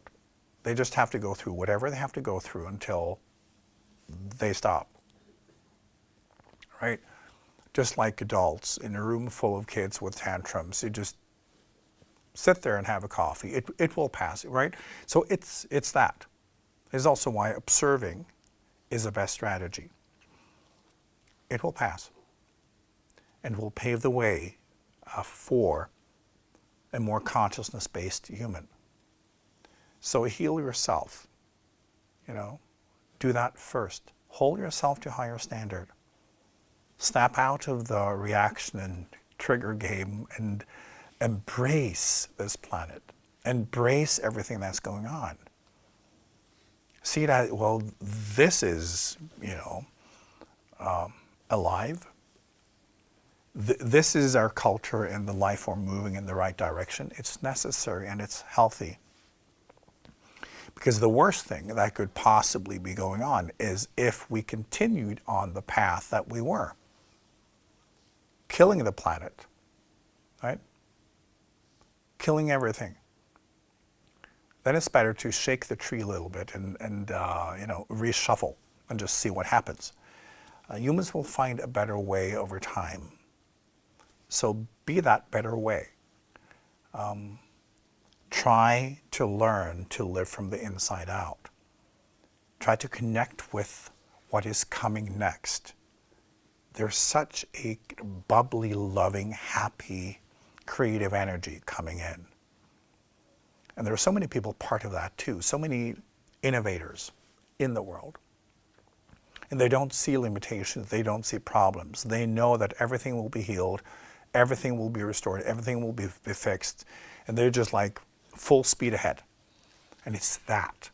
So don't look at these kind of primitive patterns and the tantrums, because it will have to work itself out. Be part of what's coming instead. And live a life that is creative and fun and sexual and joyful, and focus on, the healing and the upliftment and the nurturing of everyone. So support everyone in their attempts at kind of growing and making the best out of their life. This is a time for people to wake up from their sleep and to become aware that they are someone and they matter. And their world is a reflection of their own consciousness. And as I always say, changing the world will not change people. But when we change people, we change the world. And it's that. Be an example. Be someone that can inspire people to be better and do better and lift their consciousness. Connect with those who are in a process of awakening or people who want to be, right? And have an impact that way. But the credibility comes from doing your homework, doing the work yourself, healing, growing, loving, because then people will see you as trustworthy. Because this is what the world is lacking right now. It's lacking people who are trustworthy. And people are so hungry for it. And it's the best way you can assist. But then you have to be consistent. Then you have to live up to your own standards. At least do your best every day. Because people know. People can feel it. Right? And then you can guide, then you can assist. But waking up every day wanting to be trustworthy and to do the work and be someone who feel like you can feel in yourself that you're part of the future. Not from your ego, but because you're doing the work. Right? That is how we can inspire each other. Let yourself be inspired by the world. So don't let yourself be pulled into it. Pull yourself out of it and represent what is coming. It's always love. It's always upliftment. It's always healing. It's always growth. It's not that difficult. But you have to dedicate yourself to it. And that's what the world needs. But luckily, that's what you need too. That's it.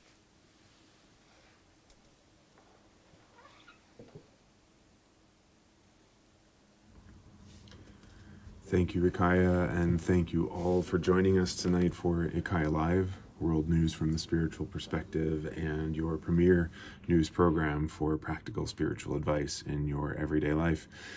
One thing we all can do is to share this teaching, this guidance, this inspiration with all of our friends and family and colleagues and anyone who might benefit, because what we have discussed and what we've learned and looked into tonight can benefit everybody and lift us all in this time.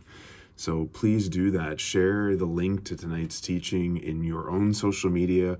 Go to our social media at ikya.official on all the platforms.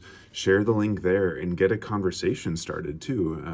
Remember, we can always put comments as well on the video here on YouTube and engage each other. Don't just forward a link. We would encourage you to share the link and then bring your perspective to bear, because that's when people can connect with the real gold that is in tonight's episode. So we look forward to seeing you on the third Monday in May, which is the 19th of May. We come back in a month from now. And until then, let's get out there and shine our light in the world.